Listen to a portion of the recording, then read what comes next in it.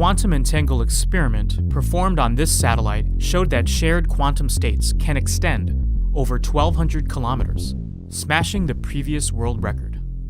Quantum entanglement is physics at its strangest.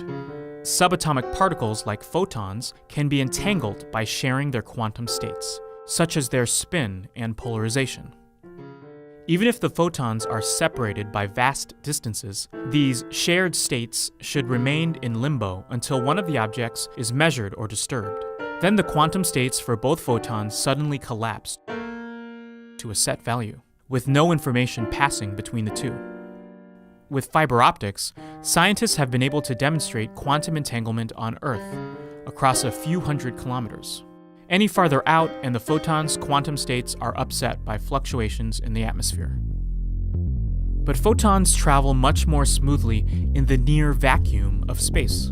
That's where the MICEUS, the first space-based quantum research platform, comes in. Inside MICEUS, an ultraviolet laser is split and sent into a special crystal that produces entangled photons with opposite polarization states.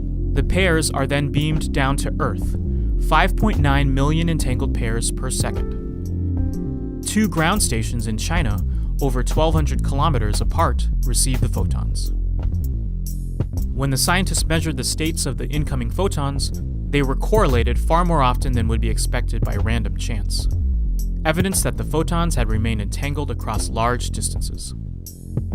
Although the transmission of the entangled photons was much more efficient than ground-based experiments, still just 1 in 6 million photons made it to the base stations.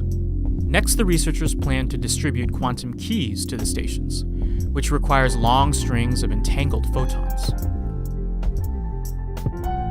With entangled encryption keys, 2 people in separate locations could communicate secretly with each other, and any attempt at eavesdropping would be noticed. Researchers plan to extend the reach of the fledgling quantum network by adding more satellites and ground stations.